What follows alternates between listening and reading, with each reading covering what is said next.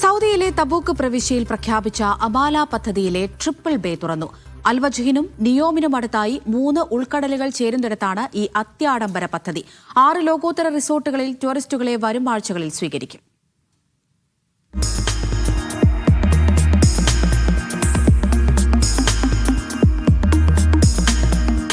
സൗദിയിലെ Red Sea ഗ്ലോബലിന് കീഴിലാണ് അമാല പദ്ധതി.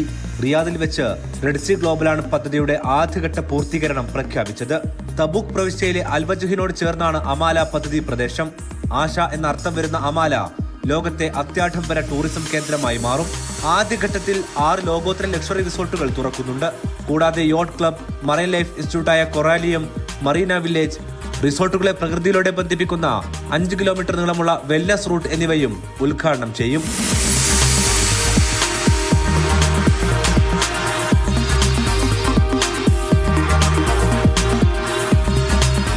ബാക്കിയുള്ളവ 3 റിസോർട്ടുകളാണ്. ഇവ വരും മാസങ്ങളിൽ തുറക്കും. പൂർത്തിയാകുമ്പോൾ മൊത്തം 9 റിസോർട്ടുകളും 1600 ഹോട്ടൽ മുറികളുമാണ് ഇവിടെയുണ്ടാവുക. പദ്ധതി വഴി 1.5 ലക്ഷം തൊഴിലവസരങ്ങൾ സൃഷ്ടിക്കുമെന്നാണ് കണക്ക്. 51 ബില്യൺ റിയാൽ നിക്ഷേപിച്ച ഈ പദ്ധതി വഴി പ്രതിവർഷം 11 ബില്യണിന്റെ വരുമാനമാണ് കണക്കുകൂട്ടൽ.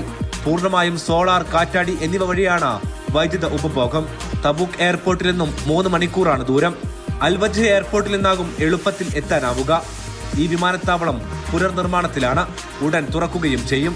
Aftab Rahman, media 1, Riyadh.